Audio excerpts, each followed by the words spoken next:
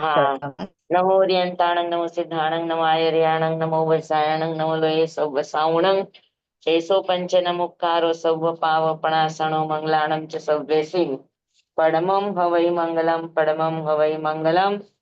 ઓમ નમો નાણસ્ય ઓમ નમો સૂયસ્ય ઓમ નમો સૂય દેવ્યાય ઓમ નમો વાયનાર્યસ્ય ઓમ નમો બંકે લીલીએ તીર્થંકરો ગણધરો પૂર્વધરો શ્રુતધરો વાચનાચાર્યો યુગ પ્રધાન આચાર્ય ઉપાધ્યાય સાધુ સાધી ભગવંતો જય શાસન દેવ જય શાસન માતા આપ સર્વની આજ્ઞા હું શરણો હું સંરક્ષક.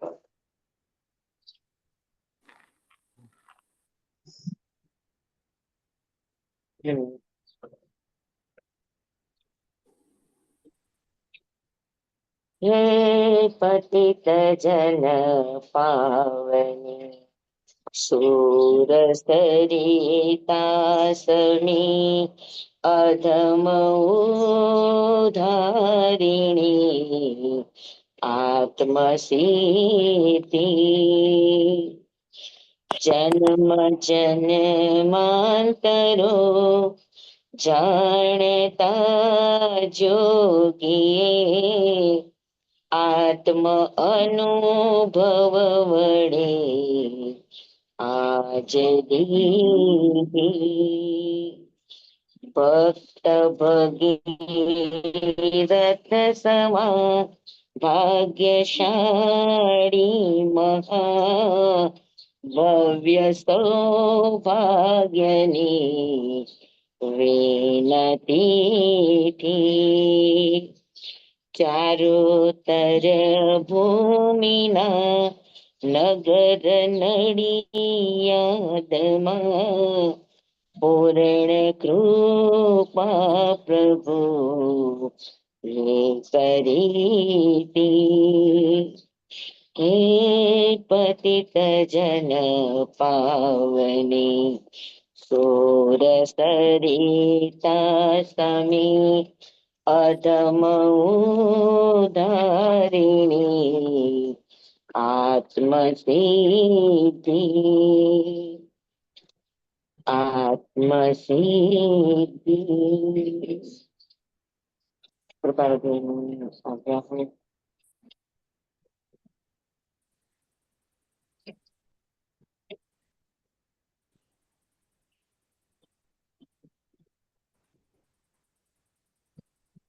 આપણે 16મી ગાથા પૂરી થઈ ગઈ ને. હા 17મી. પ્રત્યક્ષ સદગુરુ યોગ થી સ્વચ્છંદ તે રોકાય અન્ય ઉપાય કર્યા થકી પ્રાય બમણો થાય. બરાબર. હવે અહીંયા પ્રાય બમણો થાય અન્ય ઉપાય કર્યા તો અન્ય ઉપાય ની આપણે વાત થઈ ગઈ ને. જી સ્વામી. ઓકે. હવે 17મી ગાથા. હા. સ્વચ્છંદ મતા ગ્રહતજી વર્તે સદગુરુ લક્ષ સંકિત તેને ભાખિયું કારણ ગણી પ્રત્યક્ષ. આમાં પણ એ જ વાતને દોહરાવી છે. એમાં બે શબ્દ વધારે મૂક્યા છે. મત આગ્રહ. આગલી ગાથામાં ખાલી સ્વચ્છંદ ની જ વાત છે. અહીંયા આગળ સ્વચ્છંદ નો એક નવું રૂપ આપ્યું છે મત અને આગ્રહ. વર્તે સદગુરુ લક્ષ પ્રત્યક્ષ સદગુરુ અહીંયા સદગુરુ નું લક્ષ સંકિત તેને ભાખિયું કારણ ગણી પ્રત્યક્ષ. બરાબર.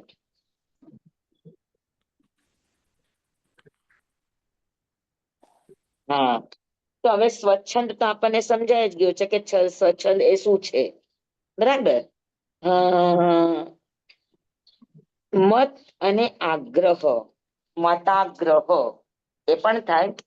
આપણે ત્યાં અભિગ્રહિક મિથ્યાત્વ જેને કહીએ છીએ ને આગ્રહ.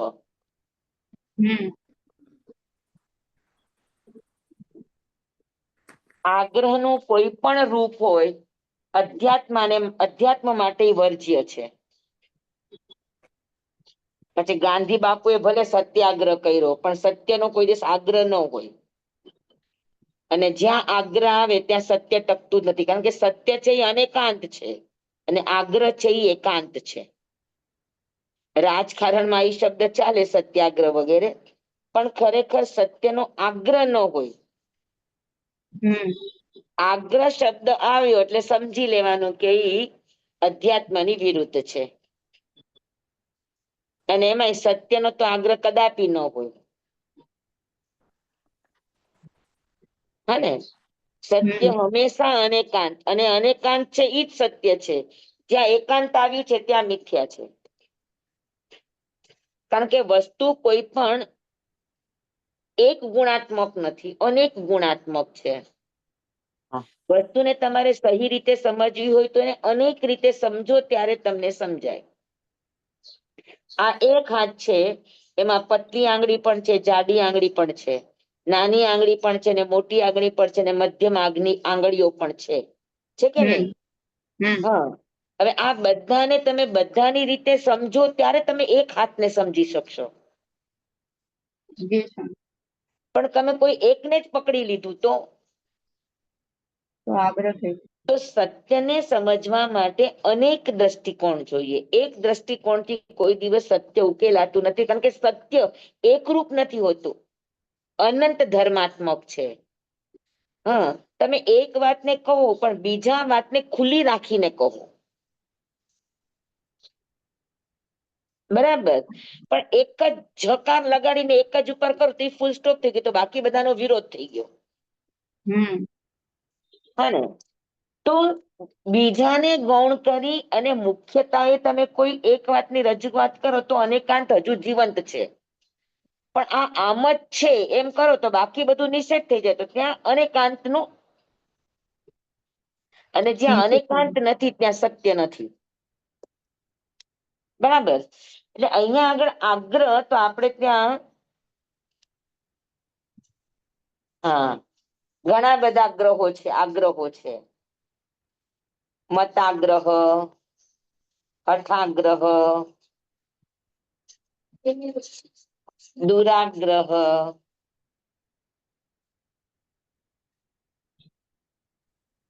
પરિગ્રહ, પૂર્વગ્રહ, પરિગ્રહ, હઠાગ્રહ કીધું. હઠાગ્રહ, દુરાગ્રહ, મતાગ્રહ, પદાગ્રહ, ગ્રહની આગ્રહ એટલે ગ્રહણ કરવું. આ એટલે ચારે બાજુથી. હવે ચારે બાજુથી ગ્રહણ કરે, ચારે બાજુથી પકડે, પછી ઈ ગ્રહને આ લાગે તો આગ્રહ બને, પછી આગ્રહ માંથી થાય કદાગ્રહ, મતાગ્રહ, હઠાગ્રહ, દુરાગ્રહ. ગ્રહમાં આ લાગે તો આગ્રહ, ગ્રહમાં પૂર્વ લાગે તો પૂર્વગ્રહ, ગ્રહમાં ચારે બાજુથી આવે તો પરિગ્રહ.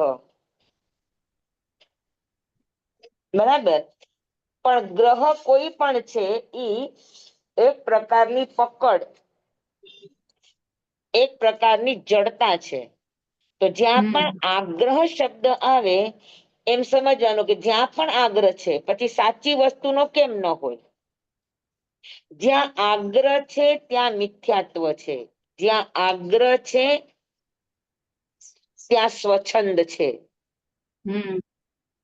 બરાબર, એટલે અહીંયા સ્વચ્છંદ ને હવે ખુલ્લો કરે છે કે સ્વચ્છંદ કેટલા રૂપે હોય. તો અહીંયા સૌથી પહેલા કીધું કે સ્વચ્છંદ એટલે મત, અને આગળ આવશે જ આપણને મતાર્થીના લક્ષણો. હને, તો મતાગ્રહ તો આપણે બધાને સમજી લઈશું કે ભાઈ હઠાગ્રહ કોને કહેવાય. પેલા એક એક સ્વચ્છંદ ને સમજી લીધો, હવે ખાલી આગ્રહ ને સમજી લઈએ.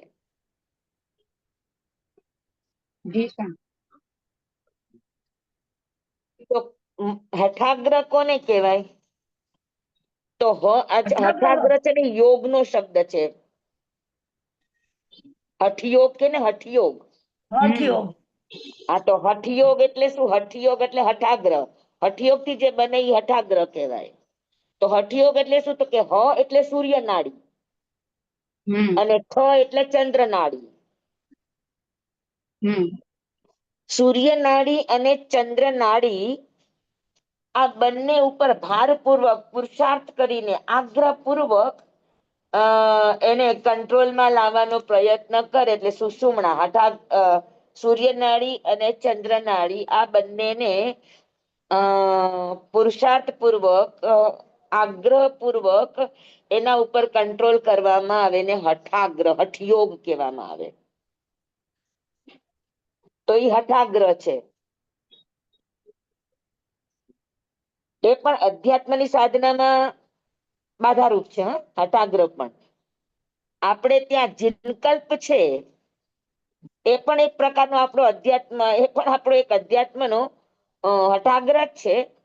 પણ એટલે જ જીનકલ્પમાં સાધુને મોક્ષ નથી થતો, કારણ કે એ આગ્રહ છે. સમજાણું? જીન કલ્પના. હા, સ્વામી આપણે ત્યાં જીનકલ્પ સ્થવિર એટલે કલ્પ અને શું? જીનકલ્પ બે પરંપરા છે ને. હા, આપણે સ્થવિર. ત્યાં બે પરંપરા છે, જીનકલ્પ અને સ્થવિર કલ્પ. હા હા. તો જીનકલ્પ છે એ એક પ્રકારનો હઠયોગ જ છે.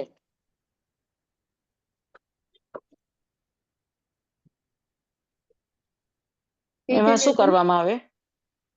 જીનકલ્પ સાધુ આપણે નથી વિચરતા કે જંગલમાં જઈને વિચરે, કેમ કે જીનકલ્પ એ નવદીક્ષિત ને તો ના જ છે. 20 વર્ષની દીક્ષા પર્યાય પછી આ જીનકલ્પ લઈ શકાય. તો એમાં એની સમજ હોય તો એ હઠાગ્રહ એનો દુરાગ્રહ ન બની જાય, એટલા માટે 20 એટલે વર્ષની દીક્ષા પર્યાય હોય, અમુક પૂર્વનું જ્ઞાન હોય, એ લોકો જીનકલ્પ સ્વીકારે.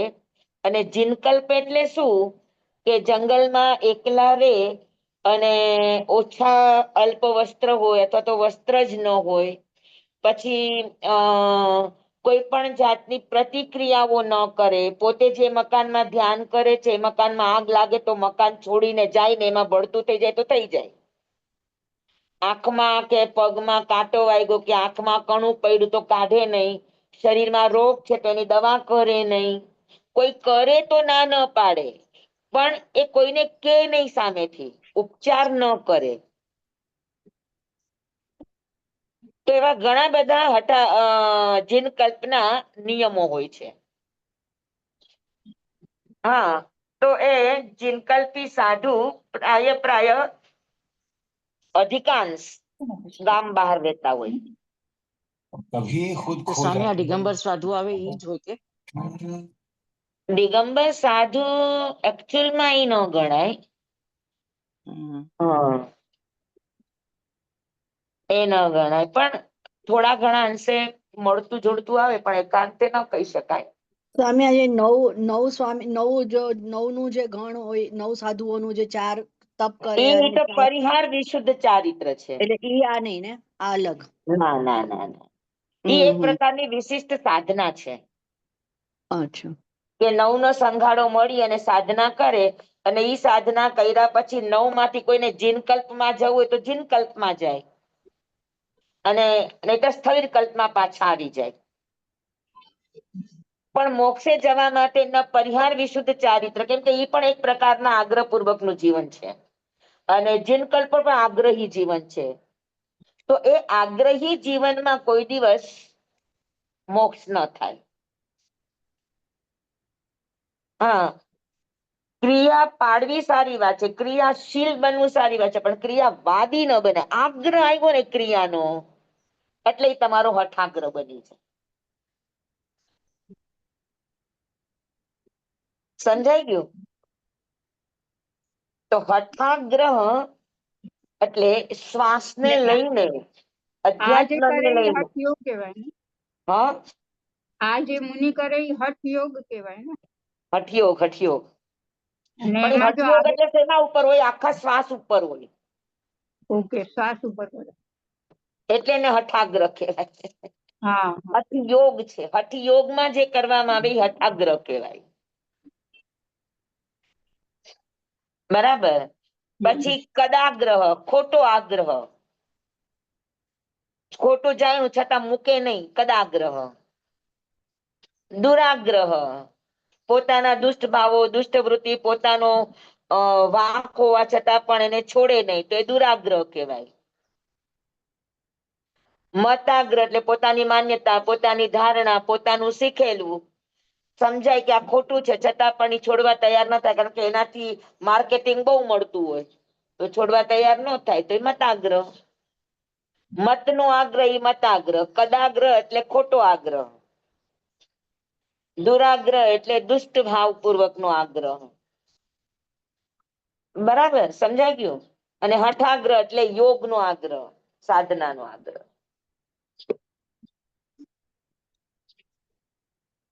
સમજાઈ ગયા બધા આગ્રહ? હમ પૂર્વગ્રહ, કોઈ પ્રત્યે પહેલેથી જ પ્રેમ બાંધી લેવી એ પૂર્વગ્રહ. પરિગ્રહ એટલે ચારે બાજુથી પકડ કરી લેવું એ પરિગ્રહ. તો આવા કોઈ પણ આગ્રહ એ બધા શું છે તો કે સ્વચ્છંદ છે. હા એટલે એના સ્વચ્છંદ મત આગ્રહ તજી.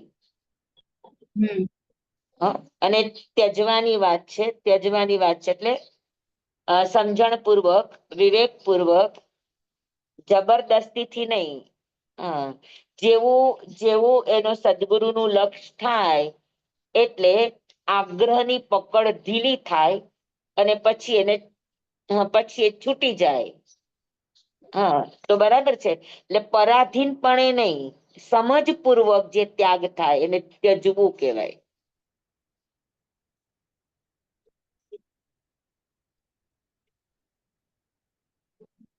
બરાબર સંપૂર્ણ છોડવું એને ત્યજવું કહેવાય. પ્રવાહને રોકવો એ રોકવું કહેવાય અને ત્યજવું એટલે એને સર્વથા એનાથી મુક્ત થવું એને ત્યજ કહેવાય. તો સ્વચ્છંદ મત આગ્રહ તજી. સ્વચ્છંદ એટલે સ્વચ્છંદતા, પોતાનો છંદ અને મત આગ્રહ એટલે મતનો આગ્રહ, મતાગ્રહ, કદાગ્રહ, દુરાગ્રહ, હઠાગ્રહ, પૂર્વગ્રહ આ બધાને ત્યજીને વર્તે સદગુરુ લક્ષ. અગર એ સદગુરુના લક્ષની અંદર વર્તે, વર્તે એટલે હંમેશા રહે. વર્તે શબ્દ છે, વર્તે શબ્દ આ કાળનો દ્યોતક છે. વર્તે એટલે વર્તવું અને વર્તવું આ કાળનું લક્ષણ છે. હા જે વર્તમાનમાં રહે એને વર્તે કહેવાય. વર્તમાનમાં રહે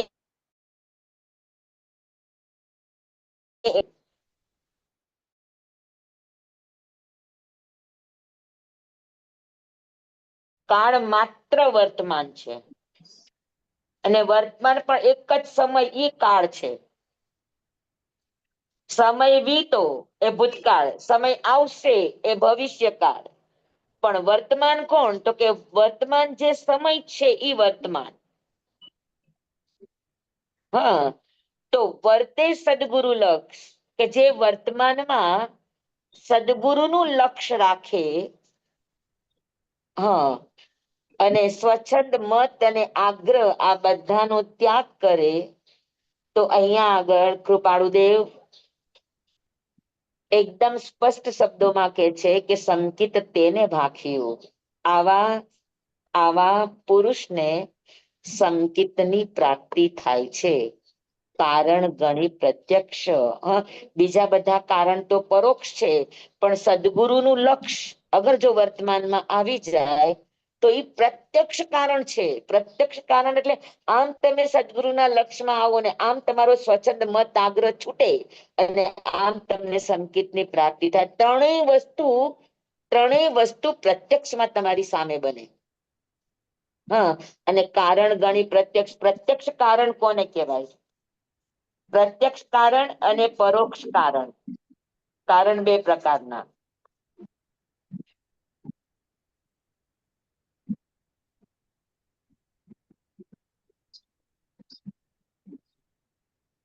નજર આમ સામે. કરો હમ અને આમ કાર્ય થાય એને પ્રત્યક્ષ કારણ કહેવાય.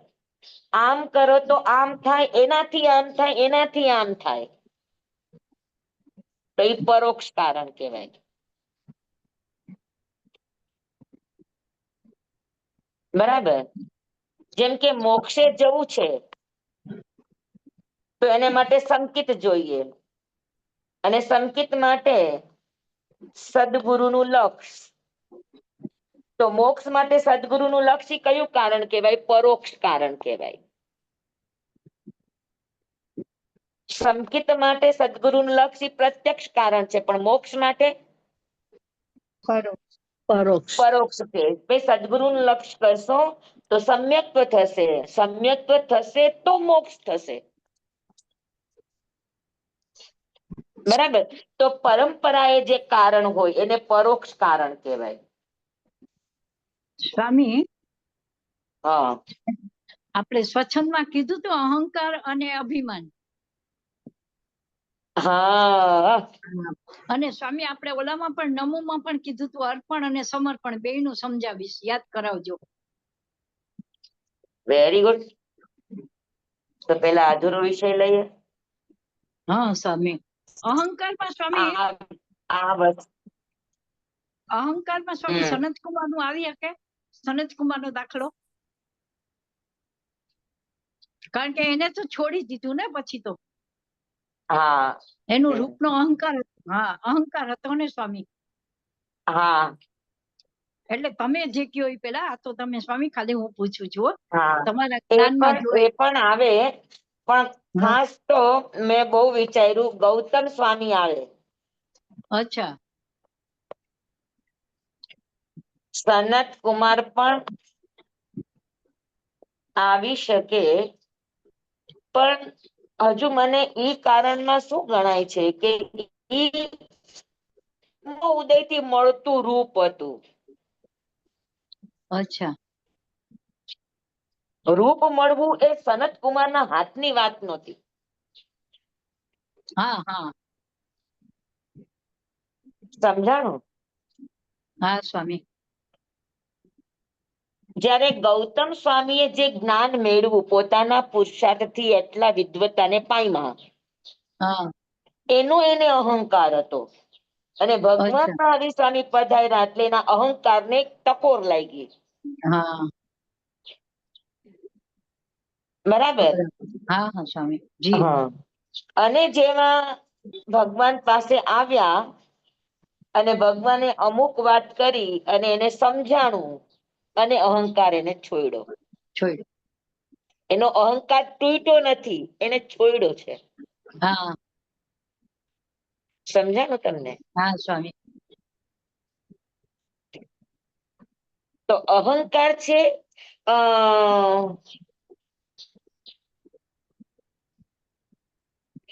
બાહુબલીનો પણ કઈક અંશે આવી શકે. હા બાહુબલી નો પણ આવી શકે. હા સ્વામી. એ ઈ બેનો. લોકોએ બધાએ છોડ્યા છે, તૂટ્યા હા નથી હા લોકોના અહંકાર. હા તો સ્વામી જ્યારે સનત કુમાર સનત કુમાર નો છોડ્યું ને? અહંકાર તૂટ્યો છે. અચ્છા. હા હા. ઈ સ્વામી બે ની ડેફિનેશન કરી છે, એકવાર કયો ને. રાવણ નો બી તૂટ્યો ને અભિમાન. હા રાવણ નો પણ તૂટ્યો, હા દશાન એટલે ભદ્ર નો પણ તૂટ્યો. હા ના એટલે ઈ બે નું ડેફિનેશન સરસ રીતે તમે આગલી વખતે અહંકાર કીધું. છે ને, અભિમાન હા છે ને, એ હા બાહ્ય કોઈના દ્વારા કોઈના પરિબળથી તમને એ ચીજ મળી છે, તમારા પોતાના સ્વ પુરુષાર્થે કે સ્વ બળે નથી મળી. અચ્છા. સમજાણું? હા હા સ્વ બળે મળે ને એમાં હા અહંકાર હોય, હા હા અને બીજા દ્વારા મળે એમાં જે એને માન સંજ્ઞા થાય એને હા અભિમાન કહેવાય. અહંકાર કહેવાય ને સ્વામી. પોતાથી મળે એ અહંકાર, હા પોતાથી હા મળ્યું અને એમાં એને જે માન સંજ્ઞા આવે એ હા હા અહંકાર. હા અને અચ્છા. બીજા દ્વારા મળ્યું, કર્મના ઉદય થી મળ્યું, યા કોઈ દ્વારા મળી, કોઈ સત્તા મળી, કોઈ લાભ હા થયો, કોઈ પૈસો મળ્યો, પણ બીજા દ્વારા મળ્યો છે. હા હા હા જેમ કે બાપ દાદાની મિલકત છે, બરાબર. તો બીજા દ્વારા મળ્યું હોય એમાં એને એમાં માન થાય, એને અભિમાન કહેવાય. અભિમાન કહેવાય બીજા દ્વારા. સરસ સરસ. અને અહમ એટલે પોતાના સ્વબળે મળ્યું છે અને એમાં એને જે માન સંજ્ઞા થાય, હા પછી અને પછી તૂટે. લબ્ધિ વૃદ્ધિ જે કઈ પણ છે. પછી તૂટે. હા અહંકાર તૂટે નહીં, અહંકાર છોડવો પડે. છોડવો પડે. હા છોડવો પડે. અભિમાન ત્યારે તૂટે. અભિમાન તૂટે તૂટે ને તૂટે તૂટે. અભિમાન તૂટે. હા અને અભિમાન એક ભવ પૂરતું જ હોય, અહંકાર ભવો ભવ પૂરતું, ભવો હા. ભવ સાથે જાય. હા હા. અને સ્વામી આ નમુમાં અર્પણ અને સમર્પણ કીધું હતું ને આપણે, હા, અહંકાર છે ઈ તમે સમજો તો જ છૂટે, નહીતર ન છૂટે. હા હા હા, અભિમાન કોઈના સમજાવવાથી જો સમજી જાય તો છૂટી પણ જાય, અને ન છૂટે તો તૂટે તો અવશ્ય જ. હા અહંકાર તૂટે નહીં. છોડવો અહંકાર ને પડે. ઠોકર વાગે છોડવો. ને સમજી જાય ને એમાંથી રસ્તે ચડી જાય. હા તો સમજાઈ ગયું અહંકાર અને હા અભિમાન. હા હા સ્વામીજી. અને અર્પણ અને સમર્પણ. હા, અર્પણમાં સ્વામી જેમ કે આપણે હોમ હવન કરી તો કાંઈ બી અર્પણ કરી છે એમાં, અને આ સમર્પણ એટલે પૂરેપૂરું આખું આપણું તન મન ધન બધું સમર્પણ, મારું કાંઈ જ નહીં. મારું આપવું ઈ અર્પણ, હા અને મારા સહિત હું આખો જ એમનો થઈ જાવ ઈ સમર્પણ. હા હા સમર્પણ, હા બરાબર. ગત સુકુમાર મુનિ. આખું આખું જીવન સમર્પણ. માણસ વસ્તુ આપી શકે પણ પોતે પોતાને આપી શકતો નથી. નથી આપી શકતો. પોતાનું આપવું ઈ અર્પણ. હા મારા પૈસા, મારું રાજ્ય, મારું બધું, આ બધું આપવું એ અર્પણ છે. અર્પણ, પણ આખું પોતાનું જીવન આપી હા, દેવું ઈ સમર્પણ. પોતાના આત્મા સહિત આખું અસ્તિત્વ સોંપી દેવું, હા આ સમર્પણ છે. હા આવે છે સ્વામી રામદાસ નું, શિવાજીના ગુરુ રામદાસ છે. હા તો રામદાસ જ છે ને શિવાજીના ગુરુ. હા હા હા.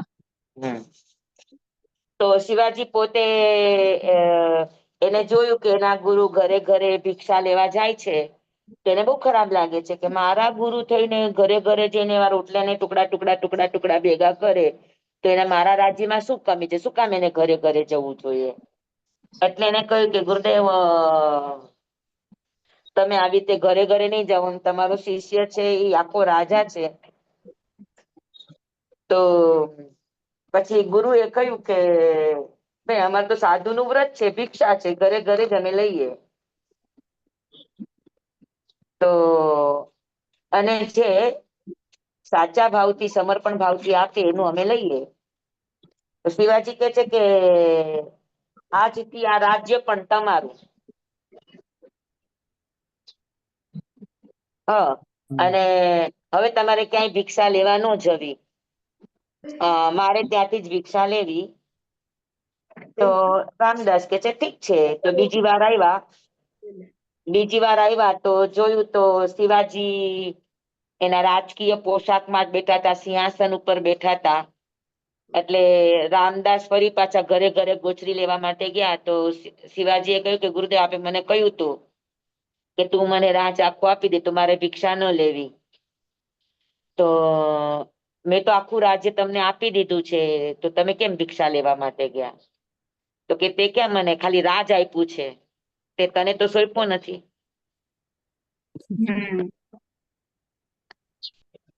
અને અગર તે તને સોંપ્યો હોત ને રાજ્યને સોંપ્યું હોત, તો આજે સિંહાસન ઉપર તું ન બેઠો હોત. અને ત્યારથી શિવાજીને ઈ અર્પણ અને સમર્પણ સમજાણું, એટલે શિવાજી તરત જ સિંહાસન ઉપરથી ઉતરી ગયા અને ગુરુદેવને બેસાડ્યા. અને પછી એને કીધું કે આથી હું અને મારું રાજ્ય બંને તમારા છે. તો હું અને મારું રાજ્ય, હું અને મારી સંપત્તિ, હું અને મારા યોગો, હું અને મારું અસ્તિત્વ સમગ્ર કોઈના નામે કરી દેવું, આ સમર્પણ છે. સમર્પણ, આ ગત સમર્પણ. સુકુમાર મુનિ બી આવે ને, હા, ગત સુકુમાર મુનિએ બી કીધું હતું ને કે હવે મારું એ તો કોઈ પણ ભગવાન. સાધુ દીક્ષા લે એટલે એને કરવાનું જ હોય. હા અચ્છા. એ જનક ખાલી રાજા શ્વાસોશ્વાસ અને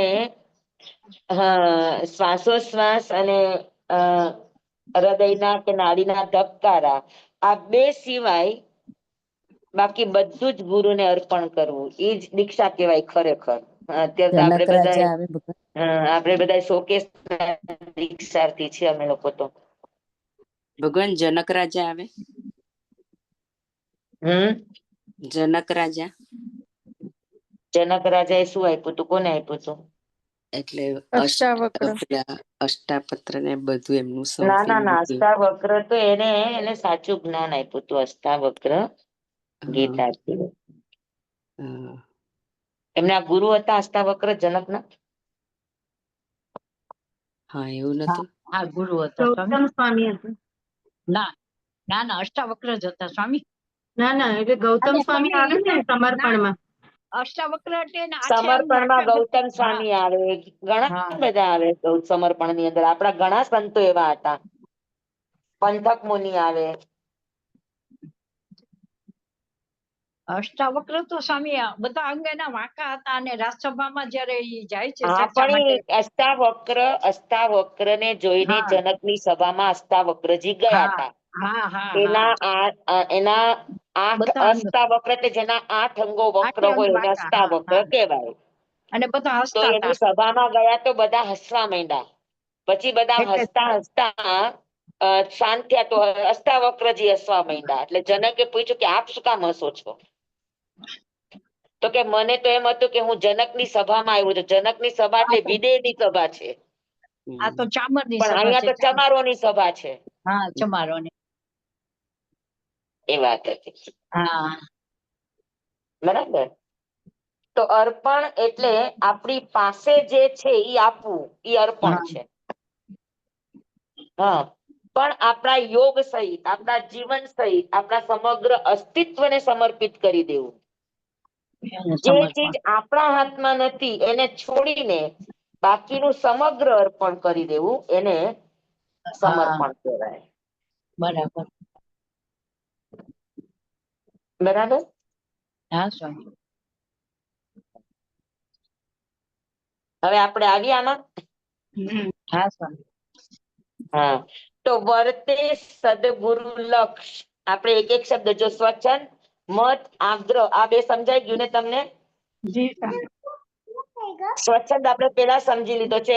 મત અને આગ્રહ ઈ સમજાઈ ગયું. હા, આગ્રહ એટલે પકડ. પછી મતની પકડ હોય, પોતાના વિચારોની ધારણાની પકડ હોય, પોતાના જ્ઞાનની પકડ હોય, પોતાની આવડતની પકડ હોય, પોતાના શું કહેવાય, પોતાનો કોઈ દુરાગ્રહ હોય, પોતાનો કોઈ કદાગ્રહ હોય, પોતાનો કોઈ મતાગ્રહ હોય કે હઠાગ્રહ હોય. હા બરાબર. આ કોઈ પણ આગ્રહ છે એ બધા જ આગ્રહને ત્યજીને વર્તે સદગુરુ લક્ષ. સદગુરુ એટલે સદગુરુના લક્ષમાં, એટલે સદગુરુનું લક્ષ જેના જીવનનું વર્તમાન છે, એટલે જે સમયે સમયે સદગુરુના લક્ષમાં જીવી રહ્યા છે, એવા વ્યક્તિને સંકિત થાય છે. વર્તે એટલે વર્તમાન, વર્તમાન એટલે પ્રતિ સમય, પ્રતિ ક્ષણ, પ્રતિપળ. સદગુરુ, આત્મસ્થિતિમાં હર જગ્યાએ સદગુરુ સદગુરુ શબ્દ આવે છે. તો સદગુરુ કોને કહેવાય? એકવાર આપણે જરાક સમજી લઈએ. સત્યની સદગુરુ કોને કહેવાય? સતનો જે બોધ આપે, હા, સતનો જેને જે બોધ આપે અને જેને સત પ્રાપ્ત કર્યું છે, પોતે અનુભવ્યું છે. પણ સત કોને કહેવાય? સત એટલે સત્ય જ, જેને આત્મા, એમ કે આત્મા એક શાશ્વત છે ને, એનો અનુભવ કર્યો છે. અને જેનું પછી આપણે અસ્તિત્વ સતત રહે એને સત કહેવાય. હા અચ્છા સ્વામી. જેનું અસ્તિત્વ સતત રહે એને સત કહેવાય. અચ્છા. જેમ અસ્તિત્વ ગુણ છે એમ સતત્વ પણ ગુણ છે. તો અસ્તિત્વ જેનું હંમેશા રહે, પછી ઉત્પન્ન થાય, વિનાશ થાય, પણ જેનું ધ્રુવ અસ્તિત્વ ધ્રુવ ક્યારે છે. પણ ડામાડોળ થતું નથી, એ જોખમાતું નથી. હા, ઉત્પન્ન થાય કે વિનાશ થાય, બંને પરિસ્થિતિની અંદર જેનું અસ્તિત્વ અડીખમ ઊભું રહે, હા, એ હલે પણ નહીં, એ ડામાડોળ પણ થાય નહીં, એને કહેવાય સત. કેવી રીતના સમજાણું અસ્તિત્વ. બરાબર? હા સ્વામી. અને ગુરુ શબ્દ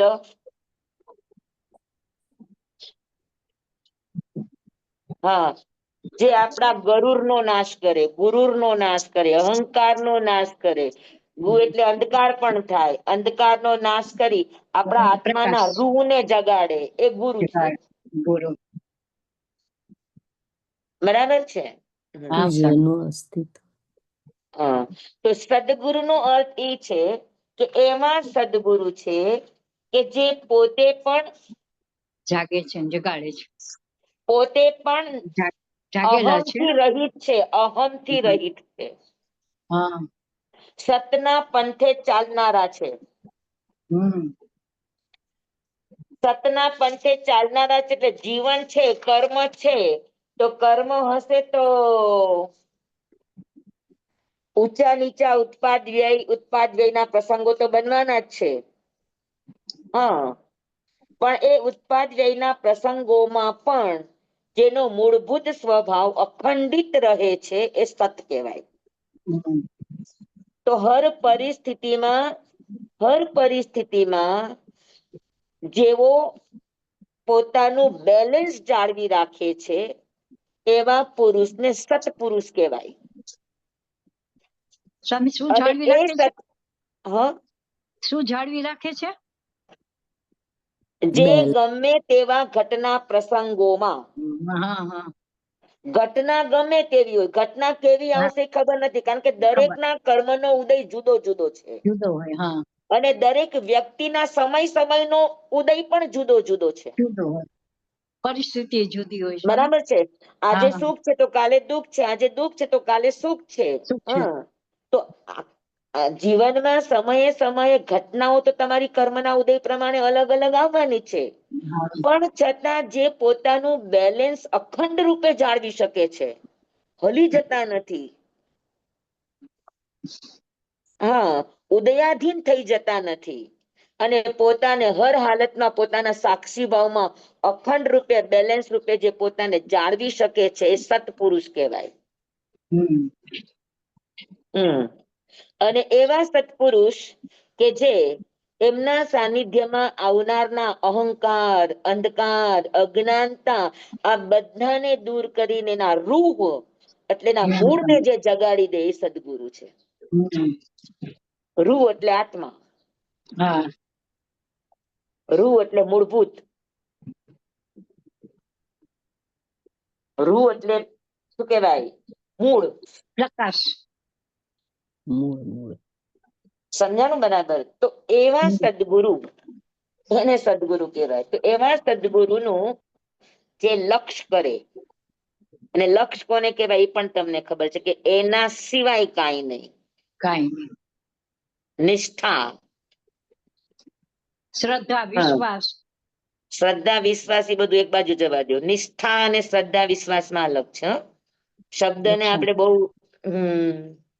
જ્યાં ત્યાં આપણે જે તે શબ્દ નહીં વાપરી લેવો. સદગુરુનું લક્ષ્ય એટલે શું? તો કે નિષ્ઠા. નિષ્ઠા એટલે શું? કે એક નિષ્ઠ, એના સિવાય બીજું કોઈ એને ઈષ્ટ ન લાગે. હા. એના સિવાય બીજું કઈ એને ઈષ્ટ ન લાગે, એ નિષ્ઠા છે. એને લક્ષ્ય કહેવાય કે એના સિવાય બીજું કોઈ નહીં, એ લક્ષ્ય કહેવાય. લક્ષ્ય હંમેશા બધામાં ન રહે, લક્ષ્ય એક જ હોય, એકમાં જ રહે. તો એવા સદગુરુનું જ્યારે લક્ષ્ય બને, અંદરમાંથી એનો સ્વીકાર થાય, તો સ્વચ્છંદ મત આગ્રહ બધું શું થાય? તો કે બધું જ છૂટી જાય. એ બધાને છોડીને એક સદગુરુનું લક્ષ્ય અગર જીવ બનાવી લે, તો એને સંકિત તેને ભાખ્યું, તો એવા સાધકને સંકિત. સંકિતની પ્રાપ્તિ થાય છે. અને આ કેવું કારણ છે? તો કે કારણ ગણી પ્રત્યક્ષ, આ પ્રત્યક્ષ કારણ છે. તો હવે આપણે કારણની વાત કરતા હતા. ઉપરની આટલી લાઈન સમજાઈ ગઈ બધાને? હા, સ્વચ્છંદ મતાગ્રહ તજી વર્તે સદગુરુ લક્ષ. વર્તે એટલે સમજાઈ ગયું ને? હા સ્વામી. પ્રતિક્ષણ જે સદગુરુના લક્ષમાં વર્તમાનમાં છે, રહે છે, વર્તે છે, એને સંકિતની પ્રાપ્તિ થાય છે. હમ કારણ ગણી પ્રત્યક્ષ.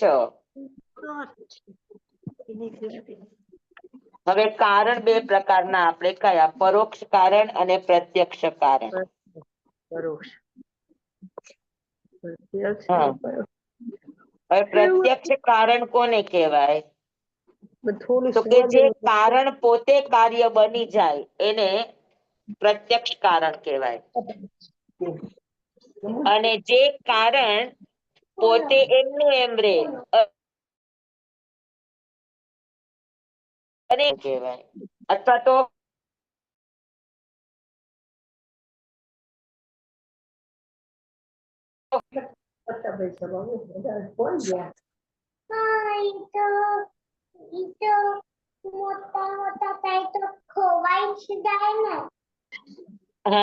કોનું માઇક ચાલુ છે?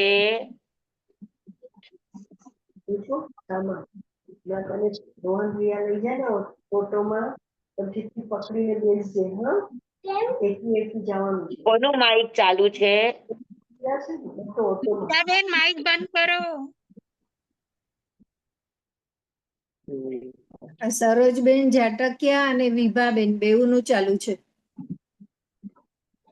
ના સ્વામી. આજુબાજુમાં કોઈ હોય તો પ્લીઝ તમારા માઇક ને જોઈ લેજો. હા, ચાલો. તો ઉપાદાન કારણ કોને કહેવાય? અને નિમિત્ત કારણ કોને કહેવાય? આમ મેં તમને ઘણા વખત પહેલા સમજાવ્યું છે, જો યાદ હોય તો. ઉપાદાન કારણ એટલે પ્રત્યક્ષ કારણ, જે કારણ પોતે કાર્ય બને એને ઉપાદાન કારણ કહેવાય. અને નિમિત્ત કારણ જે કાર્ય બનવામાં સહાયક બને ને પછી છૂટી જાય.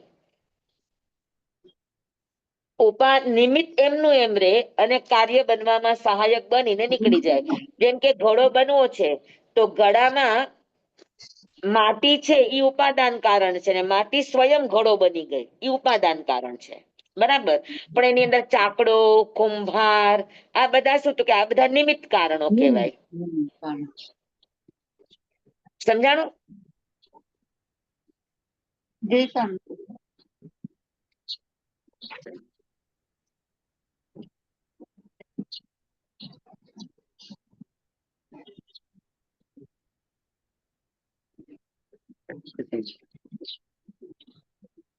બરાબર. પછી શું કહેવાય, અનાજના દાણા છે એ તમે વાવ્યા તો દાણા છે એ પોતે જ ફસલ બની ગઈ તો એ ઉપાદાન કારણ છે. પણ એમાં ખેતર, ખેડૂત, હળ, વાવણી કરવાનું, વરસાદ આ બધું એ બધા નિમિત્ત કારણો છે. એ કાર્ય ઉત્પન્ન થવામાં સહાયતા આપી દે અને પછી છૂટી જાય તો એ નિમિત્ત કારણ કહેવાય.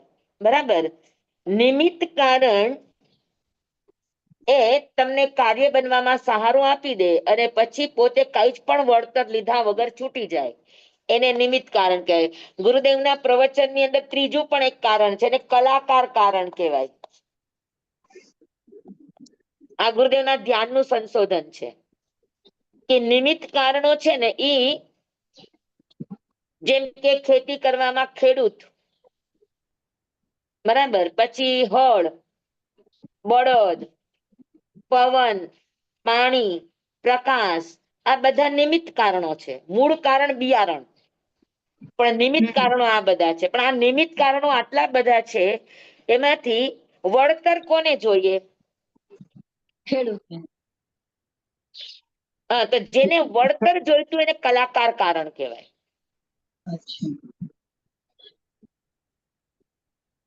સમજાણું?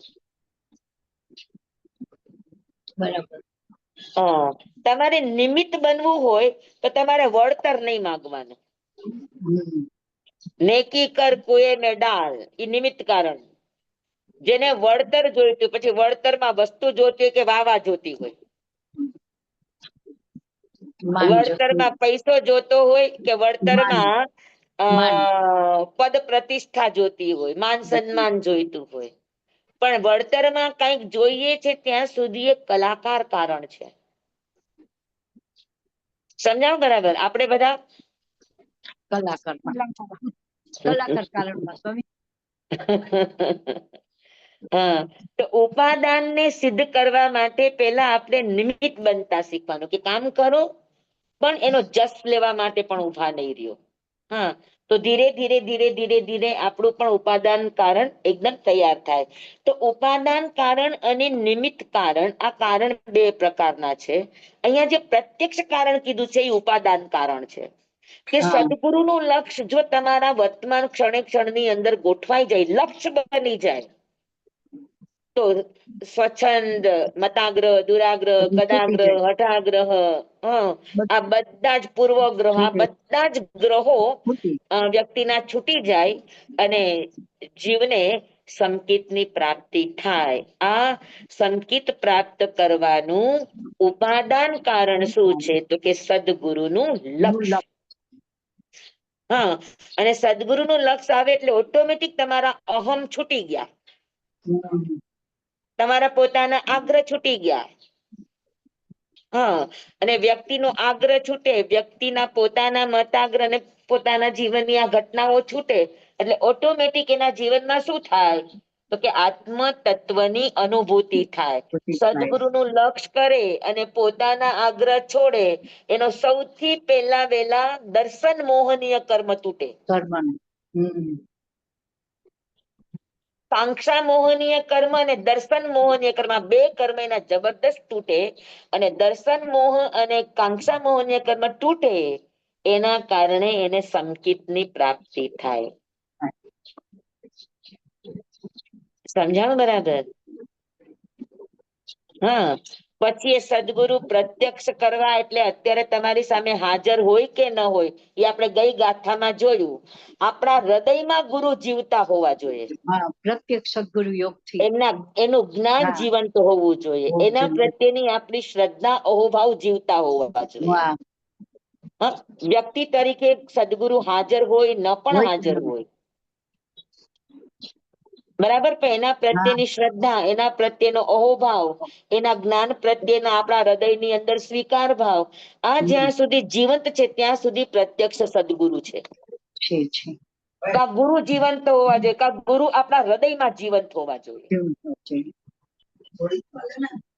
બરાબર, તેને હા. પ્રત્યક્ષ સદગુરુ કહેવાય. અને એવા સદગુરુનું જેને પ્રતિક્ષણ લક્ષ્ય રહે, પ્રતિક્ષણ લક્ષ્ય રહે, એક ક્ષણ માત્ર પણ એને ગુરુ ન ભૂલાય, તો કૃપાળુ દેવનું કેવું છે કે એને સંકિત થાય અને કારણ ગણી પ્રત્યક્ષ, આ એનું પ્રત્યક્ષ કારણ એટલે ઉપાદાન કારણ સમજો, એને ગણો. સમજાણું બરાબર? હા, ઉપાદાન કારણ અને નિમિત્ત કારણ, બે કારણ હા. સમજાઈ ગયા તમને. અને હા, ત્રીજું કારણ કલાકાર કારણ. હા. વળતર. મૂળભૂત વળતર. કારણ એના વગર કાર્ય થાય જ નહીં, એને ઉપાદાન કારણ કહેવાય.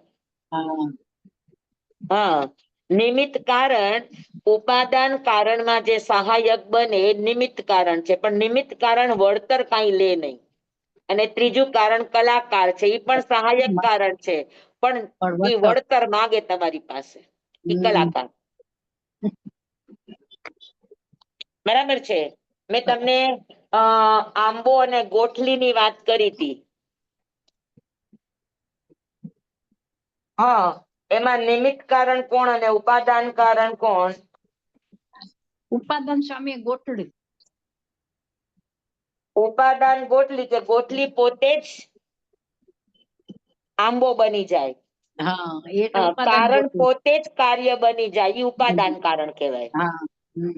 હા, પણ આંબો જોતો હોય તેમાં ગોઠલી જરૂરી છે. ઉપાદાન કે નિમિત્ત? નિમિત્ત. હા, ગોઠલી માંથી આંબો જોતો હોય તો ગોઠલી ઉપાદાન કારણ. હા, ગોઠલી ઉપાદાન. હા, પણ ગોઠલી જોઈતી હોય તેની માટે આંબો ઉપાદાન કારણ કે નિમિત્ત કારણ? એ નિમિત્ત સ્વામી, એ નિમિત્ત. આંબો છે એ નિમિત્ત. આંબો નિમિત્ત અને ગોઠલી ઉપાદાન. ઉપાદાન. સમજાય ગયું બધાને બરાબર? ઉપાદાન કારણ, નિમિત્ત કારણ. હા સ્વામી. હા, અને કલાકાર કારણ તો બધાને સમજાઈ ગયું હશે. હા. હે ને? તો આ ગાથા સમજાય ગઈ બધાને બરાબર? એકદમ. હા, જી સ્વામી. ચાલો વેરી ગુડ. અને સંકિત કોને કહેવાય ઈ આપણે હમણાં તત્વાર્થમાં શીખી જ ગયા છીએ, એટલે તત્વાર્થમાં જે આવતા હોય ઈ બધાને ખબર જ છે. હા, સંકિત જી કોને કહેવાય? યથાર્થ દ્રષ્ટિને, હમ યથાર્થ દ્રષ્ટિકોણને. યથાર્થ દ્રષ્ટિકોણ કોને કહેવાય? જેમ છે તેમ સ્વામી. યથાર્થ એટલે જેમ છે તત્વ અને તેમ. એના અર્થ બંનેને જાણે સ્વામી, તત્વ અને અર્થ બંનેને જાણે. હા.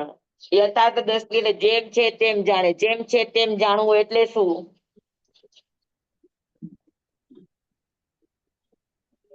હા, આ બધા આપણા શીખેલા શબ્દો છે, પણ શીખેલા શબ્દોનો અર્થ તત્વાર્થ સૂત્રમાં સરસ આપ્યો છે કે તત્વ અને અર્થ આ બંનેને જે સમ્યક પ્રકારે જાણે. ખાલી જાણે જ નહીં, એના ઉપર એની પ્રતીતિ ખાતરી થાય ત્યારે સંકિત કહેવાય. હને તત્વ પ્રત્યેની શ્રદ્ધા, શ્રદ્ધા એટલે ખાતરી, શ્રદ્ધા એટલે ખાતરી. હા, કોની? તો તત્વની અને તત્વના અર્થ તત્વના અર્થની ને તત્વ એટલે જ અર્થ. સોરી, તત્વ એટલે જ એનો સ્વભાવ, અને અર્થ એટલે પદાર્થ. પદાર્થ અને પદાર્થના સ્વભાવની રુચિ હોવી, પ્રતીતિ હોવી, ખાતરી હોવી, એટલે સમ્યક દર્શન કહેવાય. અને આ સમ્યક દર્શન શેનાથી થાય? તો કે મોહનીય કર્મની સાત પ્રકૃતિ જાય ત્યારે. હા. અને મોહનીય કર્મની સાત પ્રકૃતિ તૂટે કોનાથી? તો કે સદગુરુનું લક્ષ આવે તો પ્રત્યક્ષ રૂપે વળી જાય. બરાબર. હા સ્વામી. કારણ કે સાત પ્રકૃતિમાં સ્વામી દર્શન મોહનીની 3 પ્રકૃતિ અને અનંતાનુબંધીની 4. હા, અનુતાની બધુંની 4, બરાબર. અનંતાનુબંધીની 4 અને દર્શન મોહની 3. મોહનીની આ 3. સાત પ્રકૃતિ, આ સાત પ્રકૃતિ ન હોય એને સમ્યક દર્શન થાય. તો આ સાત પ્રકૃતિ જાય શેનાથી? સદગુરુના લક્ષથી. કે સ્વચ્છંદ મત આગ્રહ છૂટી જાય. છૂટી જાય અને અને વર્તમાન સદગુરુનું લક્ષ બની રહે એવા વ્યક્તિનું આ સાત પ્રકૃતિ, ખાસ કરીને દર્શન મોહનું મિથ્યાત્વ મોહનીય કર્મ તૂટે. હવે મિથ્યાત્વ તૂટે એટલે આ બીજી પણ તૂટવાની જ છે. હા. એટલે સાત પ્રકૃતિ તૂટે, ને સાત પ્રકૃતિ તૂટે એટલે અંદર જે એક અનુભૂતિ જાગે તત્વ અને તત્વના તત્વ અને તત્વના પદાર્થ.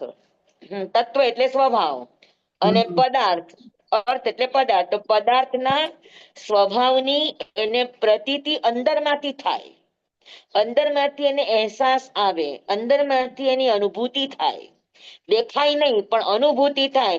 જેમ હવા આવે છે, દેખાતી નથી પણ આપણને અનુભવાય, એમ અંદરમાં એને 9 તત્વો અનુભવાય, એની ખાતરી બેસી જાય કે આ આમ જ છે. એને કહેવાય સંકેત. તો હવે યથાર્થ ને જાણવું ને આ જાણવું ને એવી વ્યાખ્યા નહીં કરવાની. હવે શીખી જજો કે સંકેત કોને કહેવાય? તો કે તત્વાર્થની પ્રતીતિને સમ્યક દર્શન કહેવાય. તત્વાર્થની પ્રતીતિને સમ્યક દર્શન કહેવાય. બરાબર ને? તત્વ એટલે સ્વભાવ, પણું તે પણું, અને અર્થ એટલે પદાર્થ, પદાર્થનું પદાર્થપણું, પદાર્થનો મૂળભૂત સ્વભાવ, એની પ્રતીતિ થવી, એની ખાતરી થવી, એની રુચિ થવી, એનો અહેસાસ થવો, એની અનુભૂતિ થવી, આનું નામ સમ્યક દર્શન.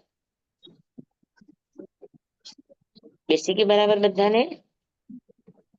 અને આવી પ્રતીતિ ક્યારે થાય? તો કે મોહનીય કર્મની સાત પ્રકૃતિ ઉદયમાં ન હોય ત્યારે થાય. અને આનો ઉદય ક્યારે ટળે? તો કે સદગુરુનું લક્ષ થાય તો. સદગુરુ લક્ષ એટલે સદગુરુ જે સદગુરુનો લક્ષ છે એ લક્ષ. સદગુરુનું લક્ષ એટલે શું? કે એના મન વચન કાયા યોગો એના સમસ્ત યોગ હા સદગુરુની આજ્ઞાના ઉપયોગમાં જોડાયેલો રહે. ઓકે એટલે ઓલું સમર્પિત ભાવ જે આપે એ સમજાવ્યું ઉઠે છે. તો સદગુરુના આજ્ઞા પ્રમાણે, ઈ બેસે તો સદગુરુની આજ્ઞા પ્રમાણે, ઈ જમે તો આજ્ઞા પ્રમાણે, ઈ જાય તો આજ્ઞા પ્રમાણે, એક પણ ચીજ આજ્ઞા વગરની નહીં. ઓકે એના એટલે મન જે વચન કાયાના તમામ યોગો ગુરુને હા, સમર્પિત સદગુરુ હોય. સમર્પિત ઓકે હા હા એટલે જેના યોગો સદગુરુના લક્ષની અંદર, સદગુરુનું લક્ષ એટલે શું કે સદગુરુ જે કે તે, જે કે હા તે રાત કે તો રાત એ ને દિવસ કે તો કે દિવસ ની રાત દિવસ. કે તો રાત. બરાબર છે. હા તમને ખબર છે ને કે એક શિષ્યના છાતી ઉપર ગુરુ બેસી ગયા, હા એના શરીરમાં કીડા પડી ગયા હતા હમ અને એ સમયે સદગુરુએ એને એક સાપને પકડીને એ સાપનો ડંખ આપ્યો અને ડંખ આપીને એની છાતી ઉપર બેસી ગયા અને હાથમાં છરી લીધી હમ અને શિષ્યને કહ્યું કે બોલ તને કઈ ડર લાગે છે? હમ ના તમે છો ત્યારે પછી શું શિષ્યએ કહ્યું કે નહીં, છરી તમારા હાથમાં છે, હમ, આપ જે પણ કરશો એ મારા હિત માટે જ છે છે ને હિત માટે જ હશે. આપણે આપણી અનુકૂળતા પ્રતિકૂળતા આપણને કોઈ પણ આજ્ઞા કર્યું તો આપણે કે વિચાર કરશું, તો વિચાર કર્યો એનો અર્થ છે કે તમે વિચાર તમારા હાથમાં રાખ્યો, તમારું સમર્પણ નથી. નથી. હમ સમજાય છે? હા, તો હા, સ્વામી તમે આપણે ગયા કે વખતે આપણા ગુરુ કીધું છે તું ગુરુ છે ગુરુ છે પણ ગુરુ આપણને કે જા તારે અહીંયા જવાનું છે તો આપણે 17 વાર વિચાર કર્યો કે ત્યાં તો આમ હશે ને ત્યાં તો આમ હા, નહીં હોય ને ત્યાં તો હા, હા, અનુકૂળતા સ્વામી નહીં હોય ને હાચું. અલગ એની ડોલક કરતા થઈ જાય. અહીંયા મોકલો ને. સ્વામી તમે ગયા વખતે કીધું તું કે કોઈને પણ તમે માનીને એને આજ્ઞા લઈને પછી કોઈ પણ કાર્ય કરો તે પણ સદગુરુમાં આવે. આજ્ઞા લઈને કરવા માટે આ એક અભ્યાસ છે આપણા યોગોને, કે અત્યારે આપણે કોઈ પણ એક વસ્તુને ગુરુ તરીકે સ્થાપી અને તમે એની આજ્ઞા લેવાનું શીખો તો એ તમારા યોગોને અભ્યાસ પડશે કે આજ્ઞા લઈને કરવાનું. તો આજે આપણે કોઈ વસ્તુને લઈને આપણે આપણા યોગોને કેળવવાની કોશિશ કરી છે, તો કાલ સવારે આપણા યોગો જો એકદમ કેળવાઈ જશે 100% કે આપણી ઈચ્છા પ્રમાણે નહીં, કોઈની ઈચ્છા પ્રમાણે ચાલ, પછી ભલે નોન લિવિંગ થિંગ કેમ ન હોય, અજીવ નિર્જીવ ચીજ કેમ ન હોય, પણ મને આજ્ઞા લેવાનો અભ્યાસ થયો છે. મારા યોગોને હંમેશા એ અભ્યાસ પ્રમાણે કરાવવાથી એ કેળવાય. કેળવવાના એવી એને રીતે. વારંવાર એની પાસે કરાવો તો યોગોને એનો અભ્યાસ પડે. તો આજે મારા યોગો આ રીતે કેળવાયા છે, તો કાલે સવારે મને કોઈ પણ સદગુરુ મળશે અને મને આજ્ઞા કરશે તો મારા યોગ બંધ નહીં પુકારે, મારા યોગો વિરોધ નહીં કરે. સાચી વાત છે. ઘણી વાર આપણે ગુરુ કહીએ તો આપણે કરતા તો હોય પણ અંદરથી આપણને એમ થાય કે સાલું આ થશે જ કે નહીં થાય, આપણને કીધું તો ખરું, ના પડાય એમ નથી, ડર લાગે, તો આ પણ સમર્પણ નથી. હા સાચી વાત છે. અને સ્વામી એક આજ્ઞા પણ કરવી હોય વિચાર ન આવે, એક પણ વિચાર નો આવે, ન આવે. ગુરુના વચન ઉપર એક પણ વિચાર ન જાગે તો વર્તે સદગુરુ લક્ષ કહેવાય. અને એવું સદગુરુનું લક્ષ આવે એટલે તરત જ તમારું મોહનીય કર્મ દર્શન મોહ તૂટે ને તૂટે જ. અને ઉપાદાન કારણ કહી દીધું કૃપાળુ દેવે, પ્રત્યક્ષ કારણ. હા સમજાય છે તમને? નાની વાત નથી, બહુ મોટી વાત કહી દીધી કૃપાળુ દેવે.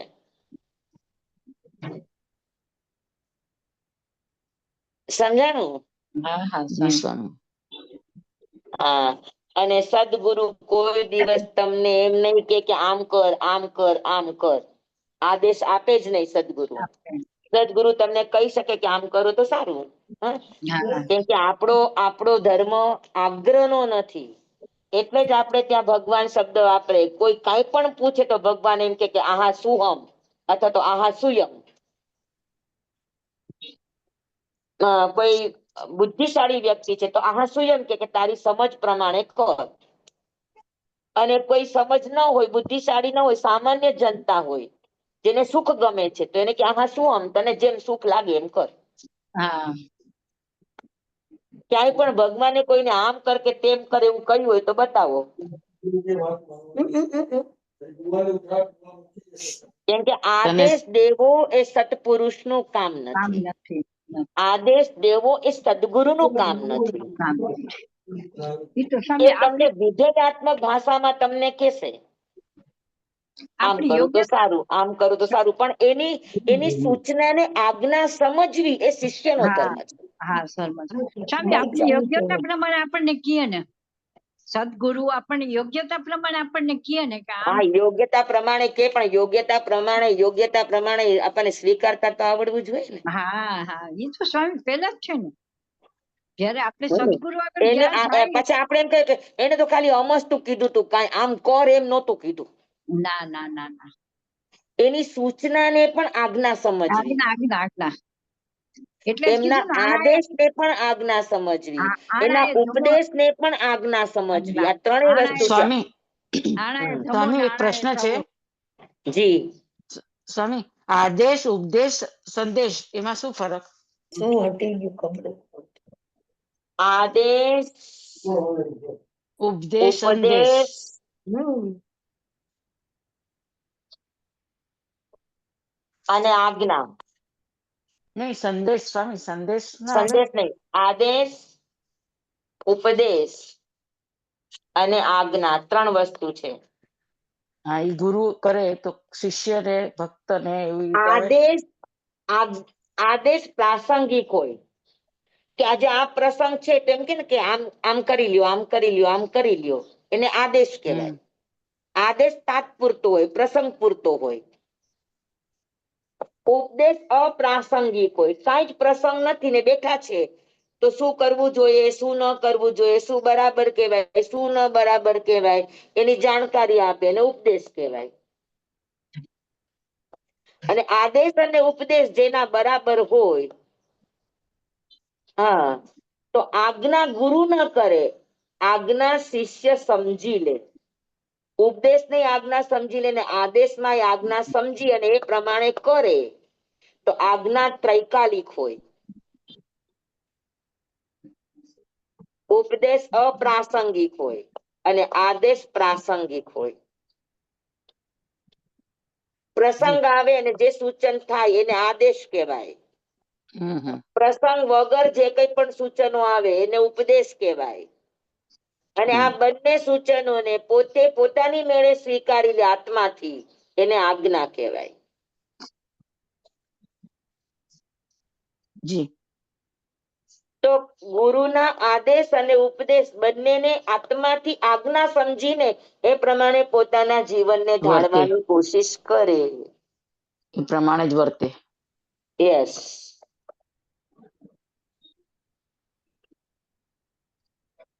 સમજાય કે બધાને? જી સ્વામી. હા, તો આપણી આ ગાથા આજે પૂરી થઈ. તો મહાવીર ભગવાને સુલસાને સંદેશ મોકલાયો હતો ને સ્વામી? હા, સંદેશ એટલે એક યાદી છે. યાદી આપજો, આપણે એમ કહીએ સાધુ યાદી આપે એમ નો કે સંદેશ આપ્યો છે એમ કે.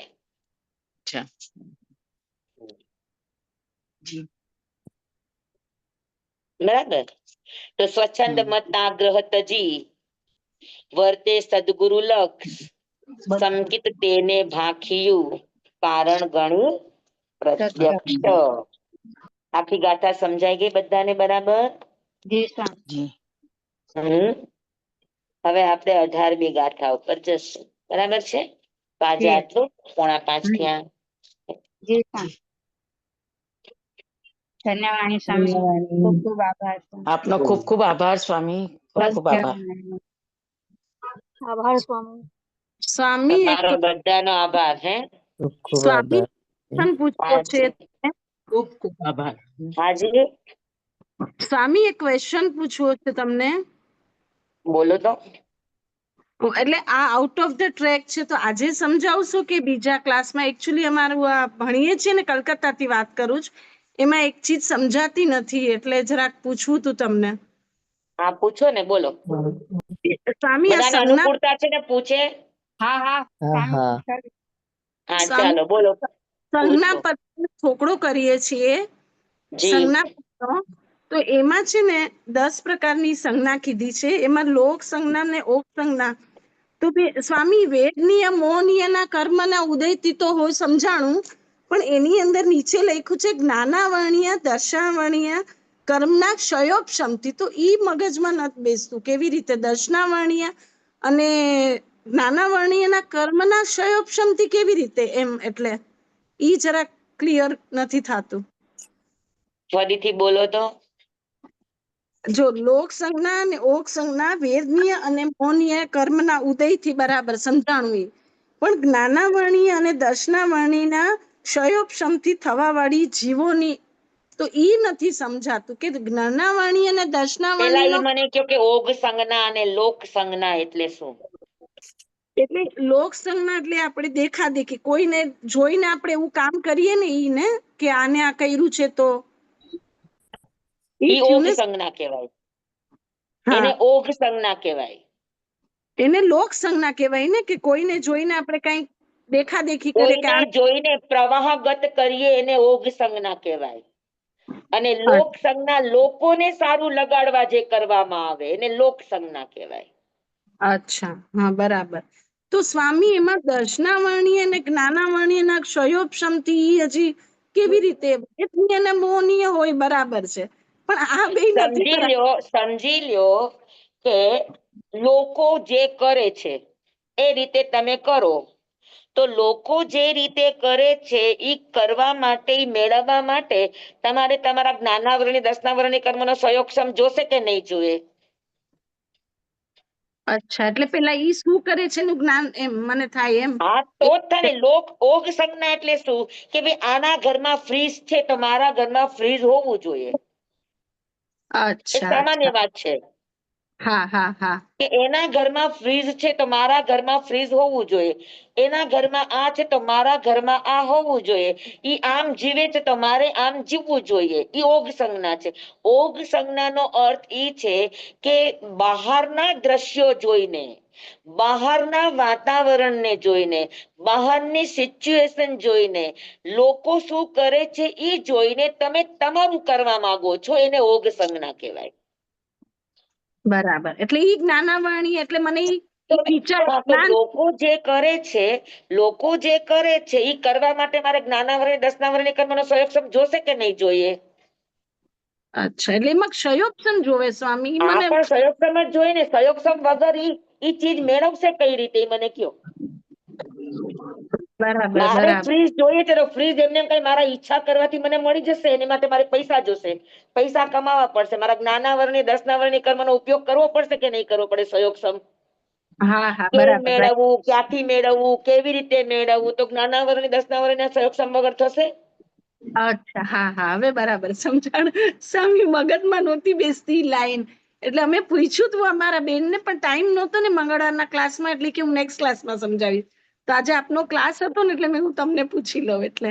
હવે પાછો નેક્સ્ટ ટાઈમ તમારા બેનને પૂછજો, એટલે ઈ જવાબ કદાચ મારી કરતા જુદોય આપી શકે. હા, સ્વામી, એમને જ અમને કીધું નલિની બેનને ને કે તમે પૂછી લેજો, સુધાબેનનો ક્લાસ કરો ને ત્યારે.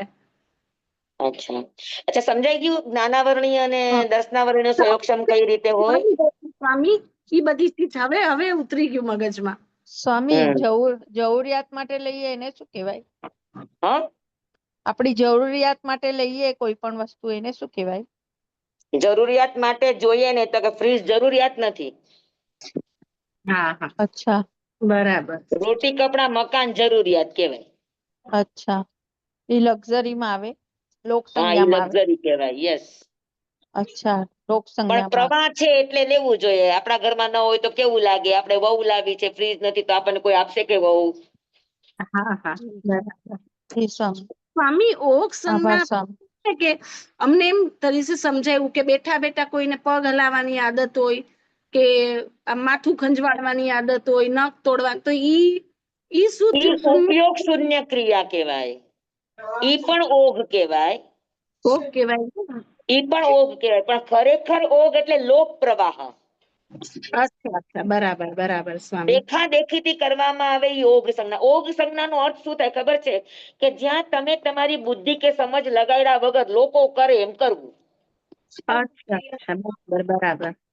હા, હવે જીસસ ક્રિશ્ચન લોકોના ગુરુ કહો કે ભગવાન કહો, જીસસ ને સૂળી ઉપર ચડાવ્યા એટલે ક્રિશ્ચિયન લોકો ટાઈ પહેરે.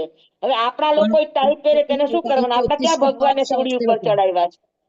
બરાબર. તો આપણે ટાઈ, આપણા છોકરાઓ ટાઈ પહેરે કે ભાઈઓ ટાઈ પહેરે તેને શું કેવું? ઓગ સંજ્ઞા જ કેવી ને. હા બરાબર. તો એ આ સ્ટેટસ બની ગયું. હા, સ્ટેટસ બની ગયો. રાઈટ. તો સ્ટેટસ પ્રમાણે જીવવું આ ઓગ સંજ્ઞા છે. અને લોક સંજ્ઞા એટલે લોકોને દેખાડવા કરવું, આ લોક સંજ્ઞા છે. અચ્છા, લોકોને દેખાડવા. પ્રદર્શન કરવા કરવું, આ લોક સંજ્ઞા છે. હા, બરાબર. ગમે એટલી ભારેમાં ભારે સાડી તમે તમારી પસંદગીની લાવ્યા, હા, પછી ભલે નહીં 1.25 લાખની સાડી કેમ ન હોય, પણ તમારો ગમતો કલર, તમારી ગમતી ડિઝાઇન, તમારું ગમતું વર્ક, બધું તમારું ગમતું છે, તમે લઈ આવ્યા, પહેરીને ગયા, અને કોઈક એક જણે કહી દીધું કે આ તને સારી નથી લાગતી, પછી પહેરી બતાવો. બરાબર. હા, પછી નહીં પહેરો. શું કામ નહીં? તો તમે સાડી આટલી મોંઘામાં 1.25 લાખ રૂપિયાની લીધી, કોની માટે? એટલે દેખાદેખી કે કોઈ કીધું એટલે. લોકોને દેખાડવા જ ને. હા, બરાબર. તો લોકોને દેખાડવા માટે જે કરવામાં આવે, પ્રદર્શન કરવામાં આવે, એને લોક સંજ્ઞા કહેવાય. બરાબર. બરાબર. સ્વામી આપણે હાયેસ્ટ કર્મ દર્શન મોહની થી બાંધીએ છીએ ને? હા, દર્શન મોહનીય કર્મ થી આપણા હાયેસ્ટ કર્મ બંધાય છે ને? સંજ્ઞા જ દર્શન મોહ નથી નહીં. સંજ્ઞા એટલે ઈચ્છા, અને ઈચ્છા એટલે દર્શન મોહ, કાંક્ષા મોહનીય કર્મ. સ્વામી, આપણે સૌથી વધારે અશાતા વેદની એના કર્મ બાંધીએ છીએ.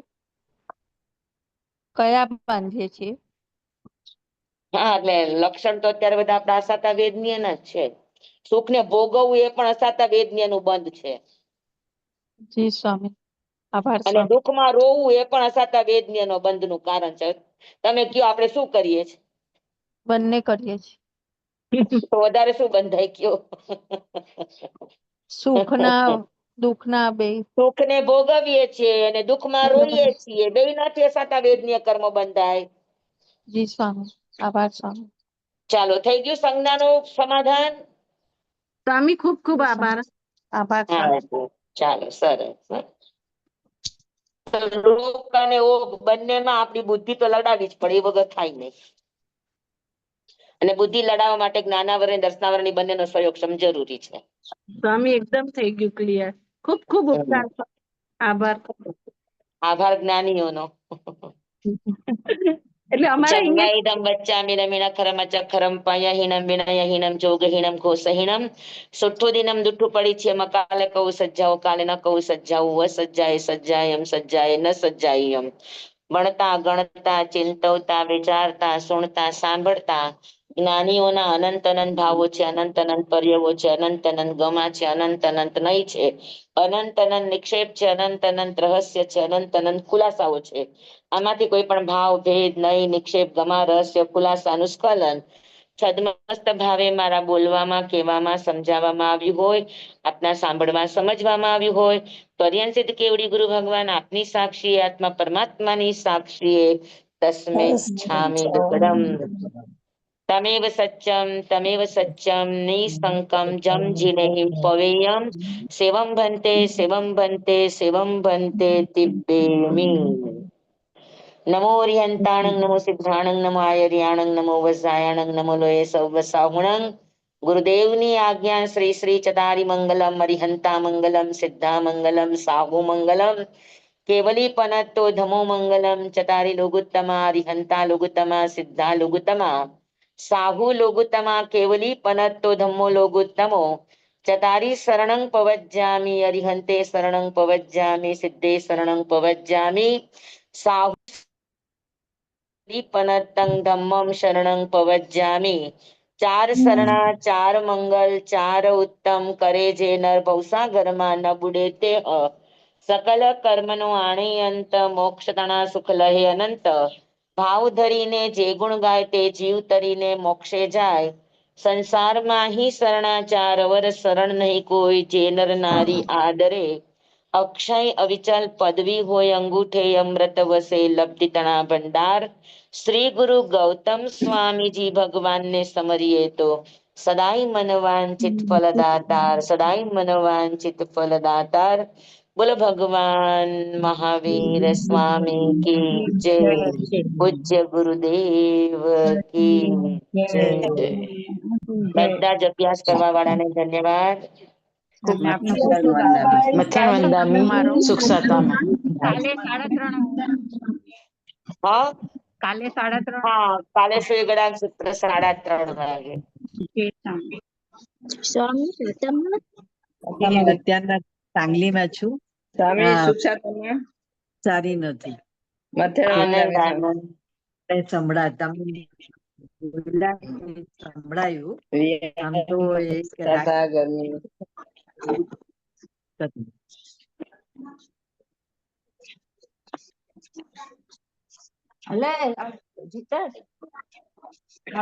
કનકબેન ને શું થયું છે કનકબેન ને?